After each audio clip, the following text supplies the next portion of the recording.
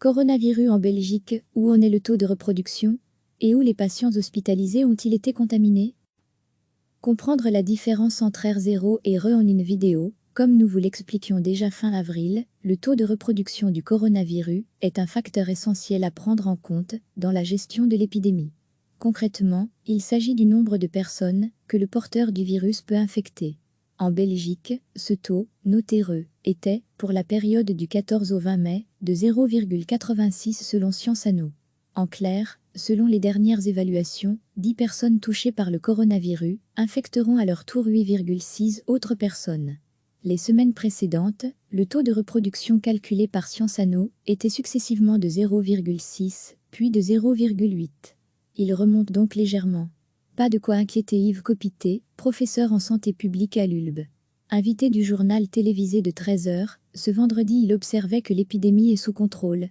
Selon d'autres calculs, par exemple ceux publiés sur Twitter par Nicolas Van de Waal, professeur de physique statistique à l'U-Liège, le taux flirte avec le 1. Mais, objecte un groupe de chercheurs de l'UC Louvain, il y a plusieurs moyens d'estimer le RE. Aujourd'hui, en Belgique, il est de 0,7. Il faut faire une hypothèse sur la période de contagion. Nous lissons les cas sur une fenêtre de 7 jours, pour éviter d'être trop sensible. À lire aussi, le bilan épidémiologique de ce vendredi 22 mai. À lire aussi, plus de 50% d'excès de mortalité entre la mi-mars et début mai en Belgique, infographie. À lire aussi, combien de cas de coronavirus dans votre commune en date du 22 mai? Plusieurs moyens d'estimer estimation, égale vérité, méthode simple expliquée sur notre site en vidéo https://teco/wgqkebfu5 dièse BH égale 0.7. Il faut faire une hypothèse sur la période de contagion. Nous lissons les cas sur une fenêtre de 7 jours, pour éviter d'être trop sensible. pic.twitter.com/af2olknet. Quoi qu'il en soit, Yves Van Laetem, le porte-parole interfédéral de lutte contre le Covid-19, rappelait le 4 mai dernier qu'il est surtout important que le taux de reproduction reste en dessous de 1, ce qui signifie qu'une personne ne peut pas contaminer plus d'une seule personne ni moins, et que donc l'épidémie est dans une phase d'auto-extinction. Plus le taux sera bas, plus la situation sera favorable. Le bulletin épidémiologique de ce vendredi 22 mai précise aussi comment, depuis le début de l'épidémie en Belgique, les patients hospitalisés ont été contaminés au Covid-19. L'information sur la source d'exposition a été rapportée pour 63% des patients.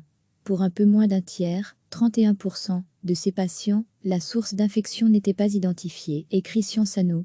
Par ailleurs, les symptômes les plus courants chez les personnes hospitalisées ces dernières semaines sont une proportion grandissante de patients ne présentaient pas de symptômes liés au Covid-19 à l'admission, très probablement en conséquence de changements dans les pratiques de dépistage en hôpital, qui sont élargies à tout patient admis à l'hôpital, quelle qu'en soit la raison, conclut-on du côté de Sciences Anno.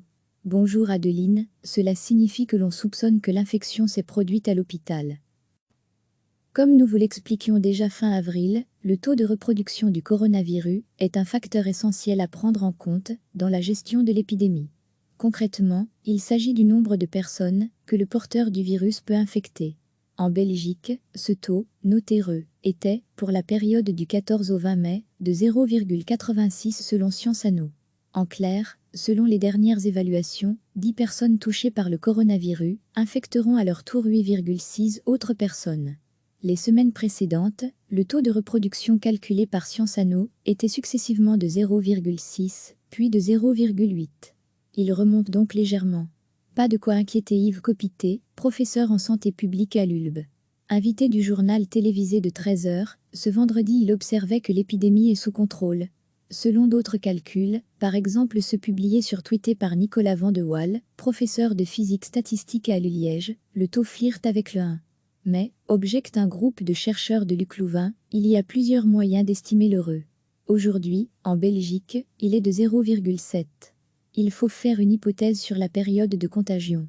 Nous lissons les cas sur une fenêtre de 7 jours, pour éviter d'être trop sensible. À lire aussi, le bilan épidémiologique de ce vendredi 22 mai. À lire aussi, plus de 50% d'excès de mortalité entre la mi-mars et début mai en Belgique, infographie. À lire aussi, combien de cas de coronavirus dans votre commune en date du 22 mai? Plusieurs moyens d'estimer estimation, égale vérité, méthode simple expliquée sur notre site en vidéo https://teco-wgqkebfu5ire #BEAG = 0.7. Il faut faire une hypothèse sur la période de contagion. Nous lissons les cas sur une fenêtre de 7 jours, pour éviter d'être trop sensible. pic.twitter.com/af2olknetv. Plusieurs moyens d'estimer estimation, égale vérité, méthode simple expliquée sur notre site en vidéo https://teco-wgqkebfu5ire #BEAG = 0.7. Il faut faire une hypothèse sur la période de contagion. Nous lissons les cas sur une fenêtre de 7 jours, pour éviter d'être trop sensible. pic.twitter.com/af2olknetv. Quoi qu'il en soit, Yves Van Laetem, le porte-parole interfédéral de lutte contre le Covid-19, rappelait le 4 mai dernier qu'il est surtout important que le taux de reproduction reste en dessous de 1, ce qui signifie qu'une personne ne peut pas contaminer plus d'une seule personne ni moins, et que donc l'épidémie est dans une phase d'auto-extinction. Plus le taux sera bas, plus la situation sera favorable. Le bulletin épidémiologique de ce vendredi 22 mai précise aussi comment, depuis le début de l'épidémie en Belgique, les patients hospitalisés ont été contaminés au Covid-19. L'information sur la source d'exposition a été rapportée pour 63% des patients. Pour un peu moins d'un tiers, 31% de ces patients, la source d'infection n'était pas identifiée, écrit Science Anno.